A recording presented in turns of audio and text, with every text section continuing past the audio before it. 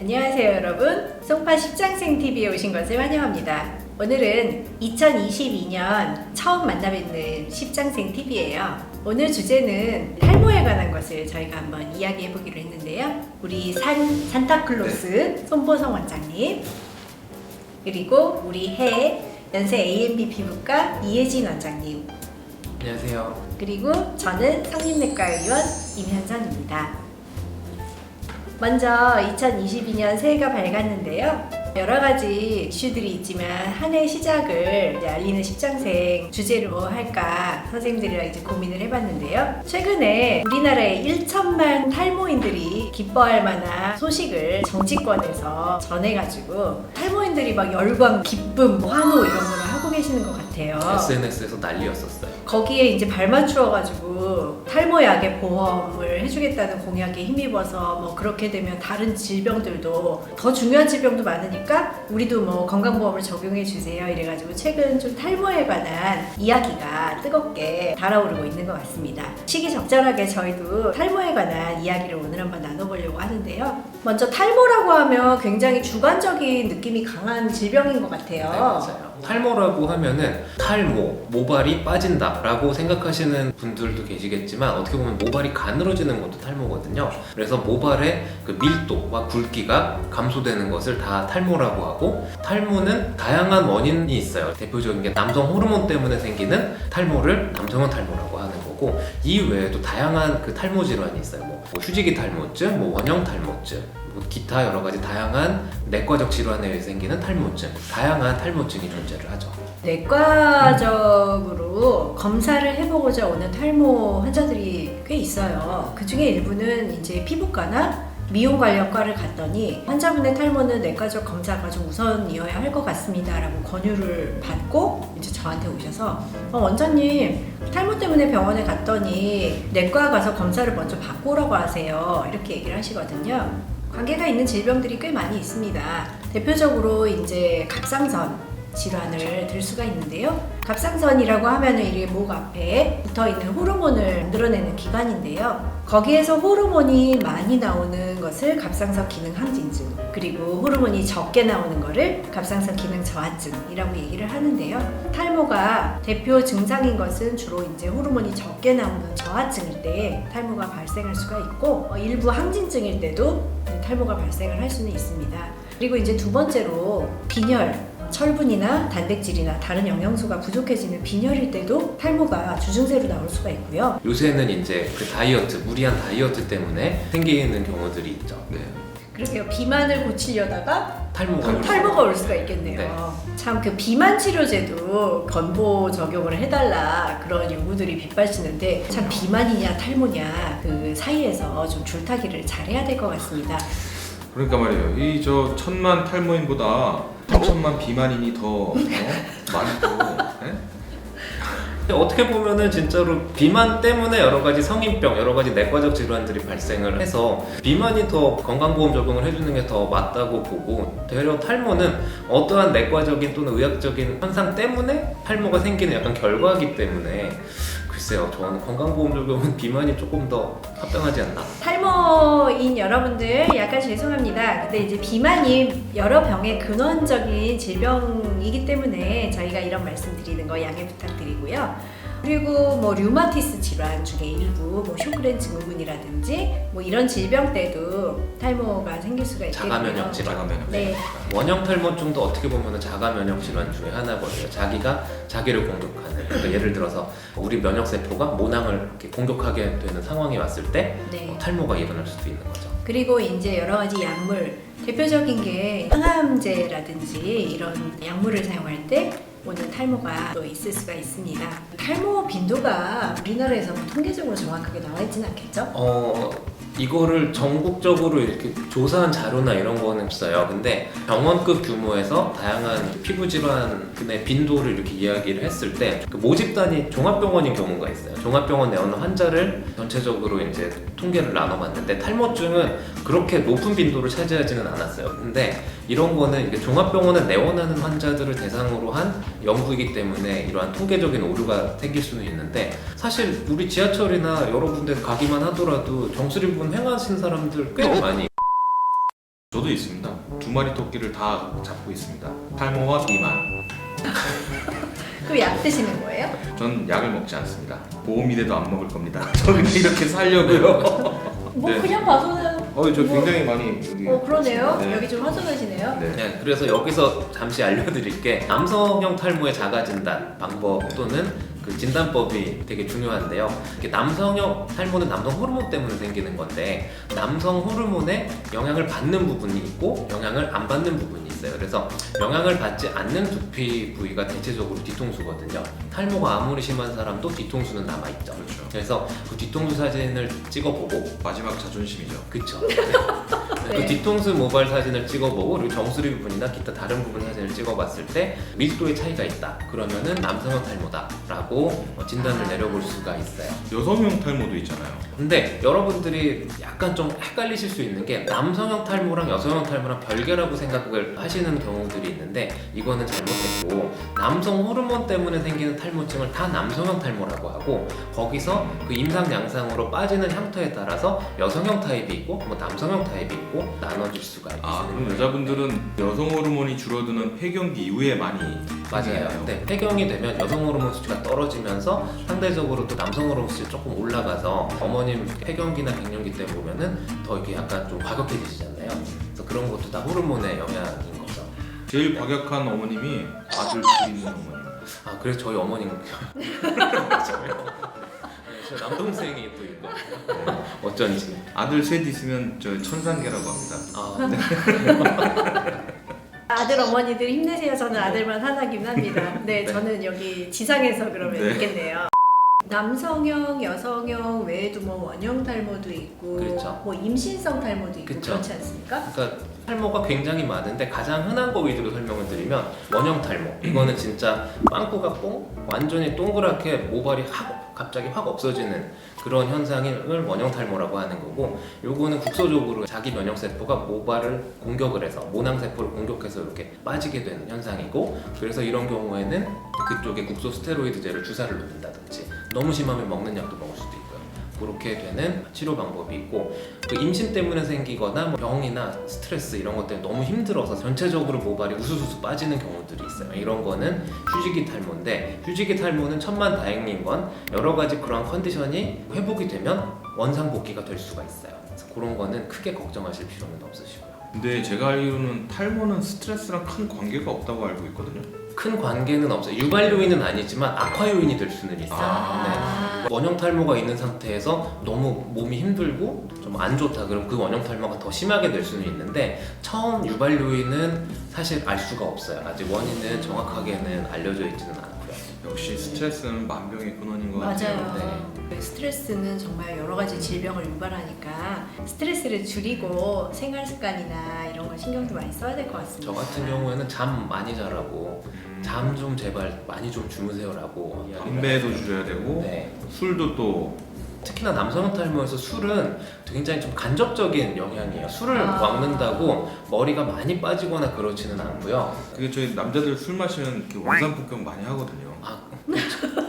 그러면 이제 압박성 탈모가 생기는 거죠. 네. 아, 그 압박성 탈모도 있지만 여자들 이렇게 포니테일 많이 묶으면요. 그쵸. 그 탈모가 좀 또 네. 유발되지 않나요? 그것도 어떻게 보면 압박인데 견인성 탈모라 그래서 이렇게 머리를 질끈 이렇게 묶으시는 분들, 특히나 공연 예술 하시는 분들, 네. 올백으로 막 하시는 분들 있잖아요. 그런 분들은 이제 앞머리 쪽 머리 숱이 갑자기 없어지는 거죠. 여기가 압박이 되니까 그런 식으로 탈모가 이루어지는데, 머리 안 묶으면 또 돌아와요. 아, 이렇게 눌리는 건 어때요? 눌리는 것도 똑같아요. 그러니까 이렇게 반짝하면 가르마 부위로 머리가 이렇게 막 빠지는 경우들이 있는데요. 그런 경우에는 저는 그 손쉽게 그 처방을 내릴 수가 있어요. 가르마를 바꾸라고 하면 돼요. 가르마를 좀 바뀌면 압박이 좀 덜 받으니까 이쪽 부분이 모발 성장이 조금 촉진이 될 수 있는 경향이. 그러면 가르마 방향을 이렇게 수시로 바꿔주는 것도 좀 도움이 될까요? 네, 그거는 정말 도움이 되는 방법이에요. 담배에도 안 좋은가요? 네. 담배는 말초혈관을 수축시켜주는 효과가 있기 때문에 두피로 가는 그 혈류량이 감소가 될 수가 있어요. 그래서 탈모를 유발을 할 수가 있고, 알코올은 제가 아까 전에 간접적으로 안 좋아진다고 이야기했는데, 알코올을 먹게 되면 남자든 여자든 결국은 술을 먹으면 마지막에 어떤 얘기 했나요? 싸우죠. 그게 싸우는 게 이게 머리 잡고 싸우죠. 머리 그 저희는 술 마시고 싸운 적 없잖아요. 아 그렇죠. 그리고 남자들은 또 얘기하다가 꼭 여자 얘기하고 여자들은 또 술 먹다가 보면 연애 얘기하고 그게 다 간접적으로 술 때문에 남성 호르몬 수치가 올라가기 때문에 이렇게 생기는 거거든요. 이제 그렇게 되기 때문에 남성 호르몬 수치가 올라가게 되면 남성형 탈모가 생길 수 있는 가능성이 올라가게 되는 거죠. 그래서 석류 많이 먹으라고 하기도 해요. 석류가 여성 호르몬이 많이 들어가 있잖아요. 샴푸하는 것도 또 영향이 있지 않습니까? 근데 이게 탈모 샴푸 만드시는 분들한테 조금 안타까운 얘기일 수 있는데 탈모 샴푸가 그렇게 효과가 썩 그렇게 좋은 네. 느낌은 없어요. 그래서 단지 그거는 그런 효과는 있어요. 지루 피부염이나 비듬 발생을 좀 낮춰줄 수는 있어서 그것 때문에 생길 수 있는 2차적인 탈모를 막아줄 수는 있을 것 같아요. 머리를 감고 나서 잘 말리는 게 굉장히 중요하다고 알고 있어요. 네네 맞아요. 네. 그래서 머리를 바싹바싹 말려주는 게 좋고 덜 말리게 되면 두피 상태가 좀 짓무르게 되거든요. 이렇게 되면 지루 피부염에 악화를 유발할 수도 있고 염증 상태가 지속이 되면 그것 때문에 생길 수 있는 탈모증도 생길 수가 있거든요. 그래서 머리는 바짝 말려주는 게 중요해요. 그래서 머리를 감을 때 또 아침보다는 저녁에 감는 게 좋다고 그런 말도 있어요. 네, 사실 우리가 낮에 바깥에 외부 활동을 막 하고 나서 오게 되면은 두피에 그 먼지라든지 안 좋은 물질들이 많이 쌓여 있잖아요. 그래서 자기 전에 머리를 감아주는 게 가장 좋고, 근데 스타일링을 위해서는 아침에 감는 게 좋긴 하는데 그렇다고 아침 저녁으로 하루에 2번씩 감는다 이렇게 되면 두피를 더 자극을 시켜줄 수가 있어서 자극 피부염이라든지 두피의 건조증을 더 유발을 할 수가 있어요. 어쨌든 일반 샴푸보다는 그래도 조금 비싼 탈모에 좋다고 광고하는 샴푸가 좀 더 좋진 않을까요? 안 하는 것보단 낫겠죠. 그 속칭 머릿결에 좋다고 하는 음식들 있잖아요. 그렇죠. 네. 까만 콩이라든지 네. 예, 그거를 많이 먹으면은 머리에 좋다고 머리 많이 난다고 해가지고 매일매일 드시는 분도 있고 한대요. 네.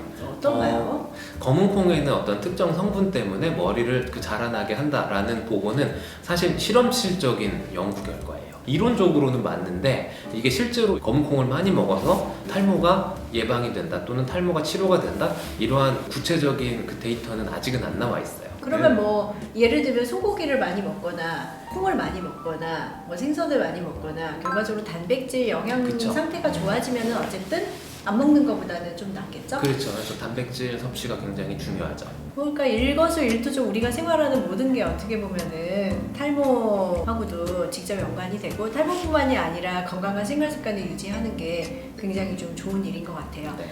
어떤 그러면 영양소나 영양제 같은 게 탈모에 좋다 뭐 이런 게 밝혀진 건 없나요? 이거를 진짜 말씀들이 굉장히 좀 예민하고 민감한 부분도 많은데 실험실 쪽으로 규명된 자료들은 굉장히 많아요. 그 실험실에서 실제로 모발 성장하는 그 모델들이 있거든요. 거기에다가 아미노산을 톡톡톡 뿌려주고 또는 어떠한 특정 영양소를 톡톡톡 뿌려주었을 때 모발이 대조군에 비해서 얼마나 많이 자라나나 이런 보고들은 정말 많아요. 근데 이게 실제로 섭취를 해서 이게 흡수가 돼서 모발로 진짜 가서 영향이 실제로 있는지 이거에 대해서는 아직은 많은 연구가 필요한 것 같아요. 그렇죠. 그런 아미노산이나 영양 성분 같은 거는 모발보다는 이제 일단 주요 그쵸. 장기를 다 네. 돌고 남는 게 가는 거니까 머리가 좋아질 정도로 먹으려면 배 많이 부르게 먹어야 될 것 같아요. 비만 될 것 같은데.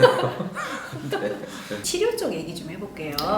정말 민간요법서부터 병원에 가면 받는 치료, 뭐 심지어 모발 이식까지 엄청나게 다양한 치료가 있지 않습니까? 뭐 일단은 먹는 약 종류 이번에 이제 그 선거에 이슈가 됐던 그 땡땡땡땡을 비롯한 피너스테라이드, 두타스테라이드 등으로 네, 그래서 성분의 약이죠. 이제 남성형 탈모 치료제, 그 안드로겐성 탈모에 관한 치료제에 대해서 얘기를 좀 해보겠는데요. 원래는 이제 내과에서는 전립선 비대증 같이 남성 호르몬을 억제할 일이 있을 때 많이 사용을 합니다. 그 전립선 비대증에 사용하는 용량은 일반적으로 피나스테라이드를 기준으로 했을 때 그 탈모 용량보다 4배를 저희가 쓰고 있죠.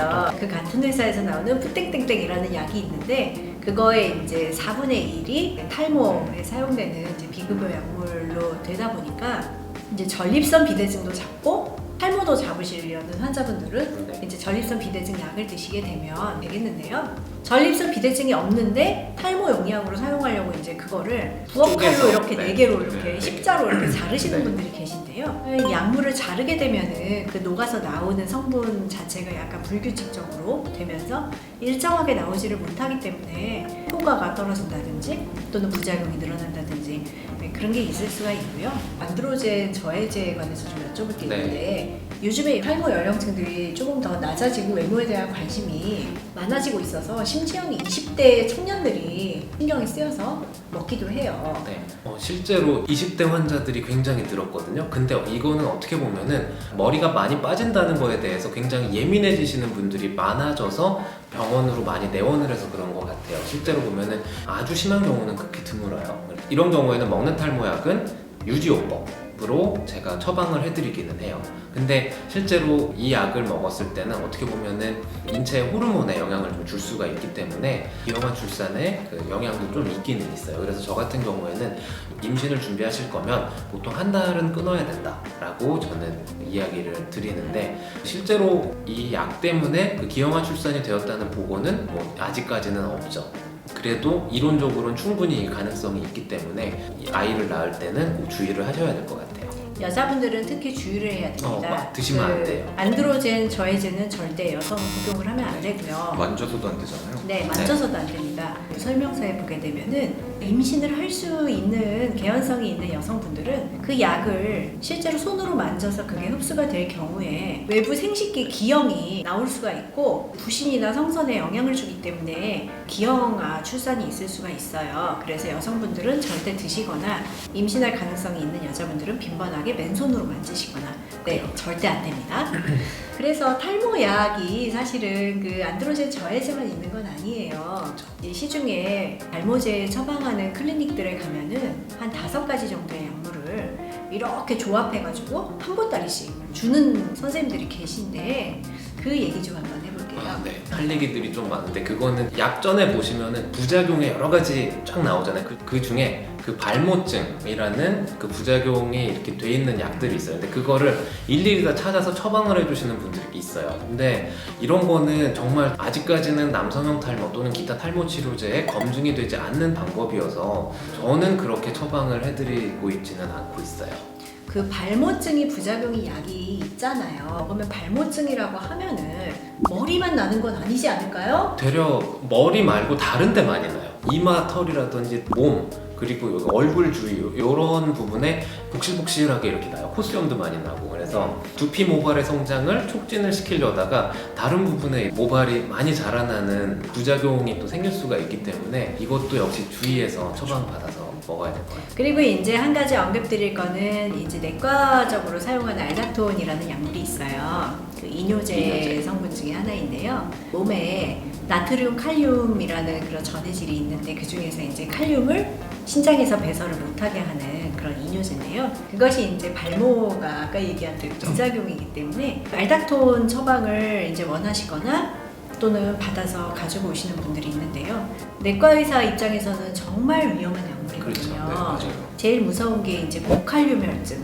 몸에 이제 혈중에 칼륨이 많아지는 혈증이 오게 되면요. 심각한 부정맥을 유발을 할 수가 있고 칼륨이 올라가면은 이거는 죽죠. 네. 심정지까지. 심정지까지 네. 올 수가 있죠. 심정지나 급사의 원인이 되고요. 그래서 칼륨 주사나 이런 것들이 굉장히 독약에 가깝게 쓸 수도 있고 민감한 용량에도 치명적인 결과를 초래할 수가 있는 약물인데 본인 상태를 확인하지 않고 처방을 받아서 이제 드시게 되는 경우들이 많이 있어요. 그래서 정말 탈모를 고치기 위해서 정말 위험한 약들의 조합을 한 4-5가지를 이렇게 드신다든지 하는 거는 정말 위험한 일이고 그것을 먹고 효과를 봤다고 굉장히 만족하시는 환자분들이 많은데 위험한 약물들은 굉장히 주의를 기울이셔서 드셔야 될 것 같습니다. 요즘 탈모에 대해서 뭔가 시술 같은 것도 있고 뭐 네. 주사를 맞기도 하고 그런데요. 그러면 새로운 거 있으면 소개 좀 해주실까요? 검증된 시술을 이야기드리면 PRP 시술이라는 게 있어요. 피를 뽑아서 원심 분리를 해서 그 부분에 어떤 성장인자 부분만 추출을 해서 거길 두피에 주입을 하게 되면